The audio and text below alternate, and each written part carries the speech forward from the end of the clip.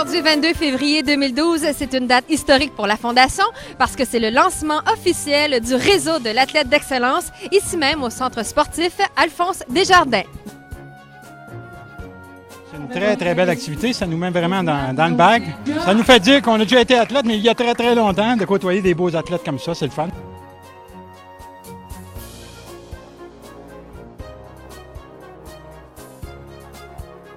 La mission, c'est de contribuer d'une certaine manière au rayonnement des objectifs de la Fondation et de ses valeurs, mais en constituant une communauté des anciens boursiers de la Fondation.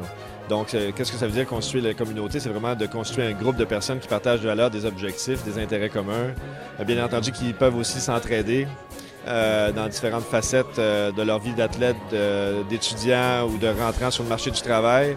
Donc, l'idée, c'est de faire vivre le réseau à travers ces éléments-là.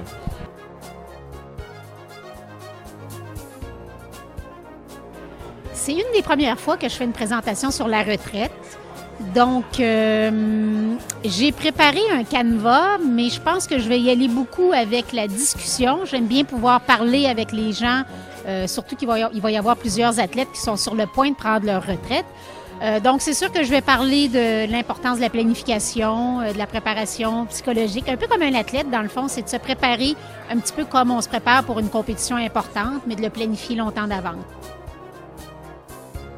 La première chose que je vais discuter aujourd'hui, c'est de parler des facteurs qui influencent la retraite, comme par exemple l'âge, la désélection.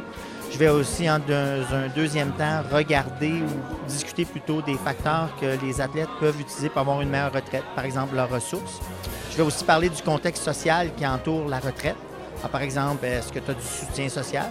Et finalement, je vais parler des différentes conséquences qu'on voit au niveau de la retraite. Des fois, il y a des retraites qui se passent mieux que d'autres. Bien, je pense vraiment que c'est une très bonne idée, le réseau, pour garder contact avec tous les athlètes qui sont présents. C'est beaucoup de gens qui ont beaucoup de potentiel, qui ont des grandes visions sur la vie. Je tenais vraiment à être là, premièrement, pour entendre les témoignages de Sylvie Bernier et de Stéphane Perrault. Surtout Sylvie Bernier, c'est un modèle pour nous, un athlète comme moi, de voir comment elle a fait une belle transition. Elle est restée impliquée dans le sport, mais elle a vraiment réussi à combiner les deux. Et je tenais vraiment à témoigner de ça aujourd'hui.